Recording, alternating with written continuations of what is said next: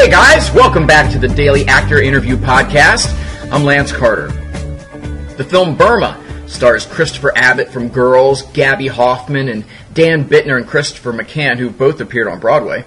The film is about a family whose father abandoned them right when their mother found out she was terminally ill. When the father shows up like 9 years later, Christian, played by Abbott, agrees to take the father to a scheduled family reunion.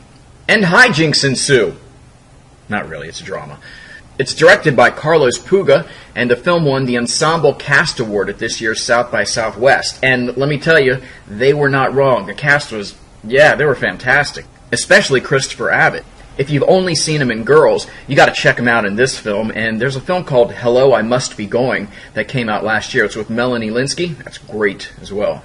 I talked to the director Carlos Puga and most of the cast, including Christopher Abbott, Dan Bittner, Christopher McCann, and the very cute Jacinta Puga, who's making her film debut, by the way. I talked to them at South by Southwest about the film, character exposition, horrible but extremely funny auditions, and their advice to actors. I really do appreciate it when you support the advertisers because every little click does help. Also, we're making websites now. If you need one, give me a shout. Also, check out our casting director mailing labels and our actors resource page. You can check all of that out on the site, dailyactor.com. And now, here's the cast and director of The Great Burma. What I really liked about the film is that it's about family, and in some movies you can tell that the cast is just kind of thrown together like the day before, and there's no real sort of chemistry or whatever. Like, did you guys rehearse prior? Did you guys know each other prior? We actually cast the family the day before. We nailed it though. We fooled them all. We didn't know. No, we had met. We knew each other. Yeah, but not really. But not yet.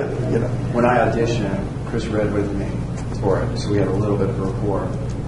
Yeah. Because it started. I knew Chris. We were friends before this, and then I went to see him in a play, and was like blown away. So I was like, okay, I need to get him to do this part, and so it kind of centered around him when he agreed to do it. And we had that piece, and then we sort of, were casting for the rest of the family around him. Mm-hmm. And then, when each of them came in, it was just. We just decided right then and there pretty much. When each of them came in, I think it was like, okay, it all felt right. That's Wynn, that's Dr. Lynn, and Gabby was definitely Susan as soon as she walked in. Was it like a regular casting process, like all the casting directors and headshots? And, because you guys got a lot of great theater people here, too. Yeah. We had a great casting director, Susan Shopmaker. But I would just add that part of why I think it gelled so well, or at least we think it gelled so well, is Carlos. And how what the environment was on the set and how he shot it. How he, the sort of documentary feel to it, and you as an actor you learn sort of from. And it might sound peculiar, but how it's being shot, how to behave. Like the film, there's no real backstory for a lot of the characters, and you just kind of have to figure it out, and I love that as well. Did that attract you guys? Like where, you would give Gabby a certain look. But that is the backstory, and rather than having exposition, that's what I mean. It's kind of I think it's more entertaining just to you just see the history, between people. Yeah. It's instant. There's tons of backstory. It just is revealed later, and you learn about it later. Yeah, like whenever I watch a movie or read a play, anything like that, I just hate exposition. I hate to be pounded over the head. If I don't know a certain detail about a character, it's fine. I can just imagine, just from knowing other things about him, I'll piece together his life story. And I'm so much more entertained that way than having this, this is my entire life, and here's what I've done, each day of my life. And some movies can get that way. And then also, what was great about the script reading through it, what Chris was saying a little earlier was, everything just felt real natural, and I just understood every situation, and it's so easy to just go into melodrama with a genre like this and a story like this, and it never did that. There was never any moment that I was like, all right, pump the brakes here, you're kind of reaching. It just was very, very natural in the way that it felt. When you cast Chris first, did you kind of then go back and rewrite some stuff, or did you guys collaborate? And I think so. There was a little bit, but I think I actually had him in mind when writing. Oh yeah. Yeah, like I was like sort of. I mean, I didn't know if he was going to do it or not, but I was like, it was definitely like in my head for one of some of the later drafts. And then afterwards, we spoke every now and then about things that he felt maybe he would do, or like a Christian would sort of fit him better. So it was more of a day-to-day thing, though. Yeah, like while we're shooting. Scene we to just scene. Yeah. Now this is we have an acting website, so can I ask you guys a couple acting sort of questions? You too. You can answer as well. Yeah. Carlos also. Yeah.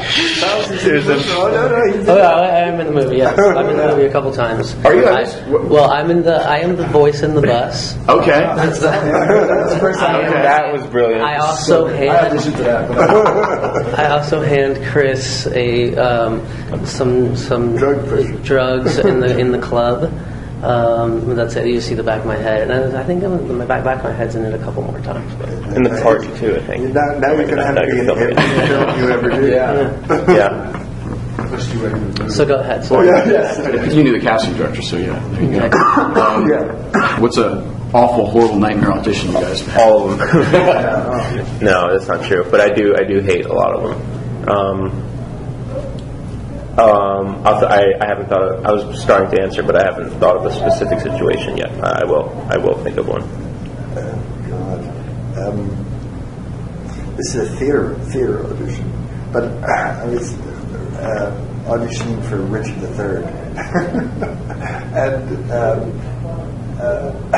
I was probably doing That Was the Wind of Our Discontent, and as I started, the director was in the room, the producer of the theater, and two intern types, and as soon as I started,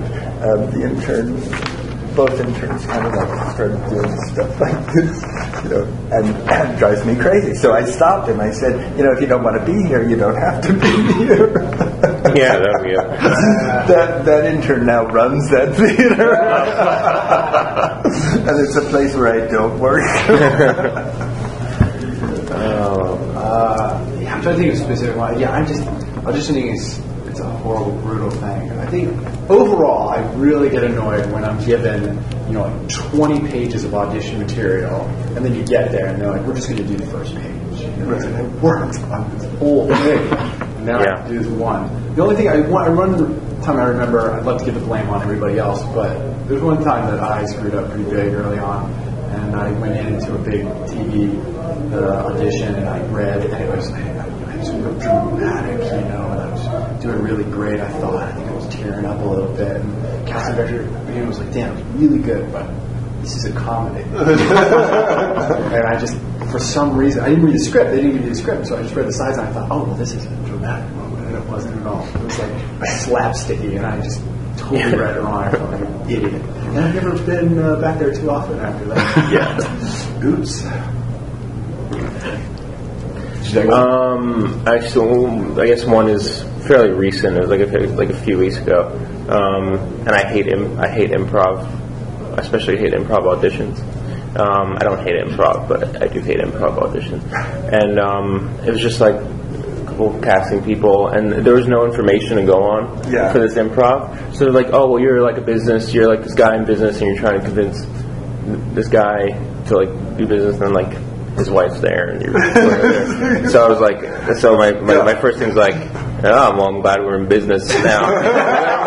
Literally, I was like, I don't know. I stopped. I was like, I don't know what to say. I don't know what to do. Well, just talk about it more. And I literally started the next one again. Well, how about this business? Hope it goes well. Is this your first movie? Yeah. Yeah. How'd you like working with these guys? That was fun. Yeah. Who's your favorite? There you go. Who's your favorite? Who's the best? None close. Do you want to keep on doing it? Gabby. What? The acting? Yeah, before I used to act in school plays and things like that, but it was fun. Yeah. Well, that's good. She was great to work with. Yeah. Charm to have on the set. What's your advice to actors? Chris McCann, you can. I think Carlos had please. a great. Someone asked a similar question earlier, and Carlos' response was fabulous, which is just go out and do it. Don't sit around waiting in your chair for something to happen, or to feel inspired, or to get the right idea. If you want to do it, just go out and start. Just start. Get your butt off the couch. Yeah. Good. Also, what Carlos was showing me before when he said, do it natural. That's the best advice. Yeah. Don't overact. Do it naturally. I had a director. Act better was my best. That's Was the line. Faster and better. Yeah. We got a lot of that. Dan, do it better. We'll do director. And louder. In film. Louder, faster, and better. That's my advice to actors. Louder, faster, and better. Awesome. Yeah, thank you. Yeah, thank you. Thanks a Thanks, lot. guys. Oh, thanks. Thanks, guys, and thank you for listening. I hope you enjoyed it. Keep coming back to Daily Actor for more great interviews, news from film, TV, and theater, and so much more. Thank you so much for supporting the advertisers. I'm Lance, and I'll talk to you soon.